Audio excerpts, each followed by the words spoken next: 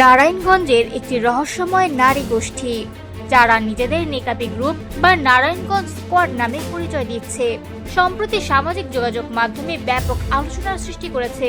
প্রায় 8 থেকে 10 জন নারীর এই দলটি একই ধরনের বোরকা ও নিকাব পরিধান করে অশ্লীল অঙ্গভঙ্গি করে ভিডিও কন্টেন্ট তৈরি ও প্রকাশ করছে বলে জানা গেছে।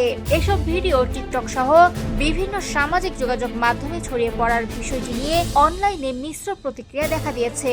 অভিযোগ রয়েছে, ধর্মীয় পোশাকের আড়ালে তারা মডেলিং ধর্মী ভিডিও ও শুটিং করছে, যা অনেকেই সমালোচনার চোখে দেখছেন। সামাজিক মাধ্যমে কেউ কেউ দাবি করছেন এই ধরনের কন্টেন্ট তৈরি করে তারা ভিউ ও আয়ের উদ্দেশ্যে একটি ডিজিটাল ব্যবসায়িক কার্যক্রম পরিচালনা করছে। এই ঘটনাকে কেন্দ্র করে সামাজিক যোগাযোগ মাধ্যমে তীব্র বিতর্ক সৃষ্টি হয়েছে।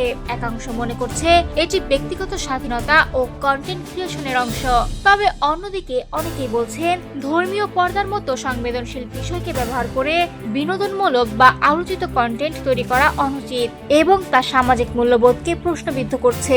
ফেসবুক সহ বিভিন্ন অনলাইন প্ল্যাটফর্মে এই গ্রুপের কর্মকাণ্ড নিয়ে সমালোচনা ক্রমশ বাড়ছে।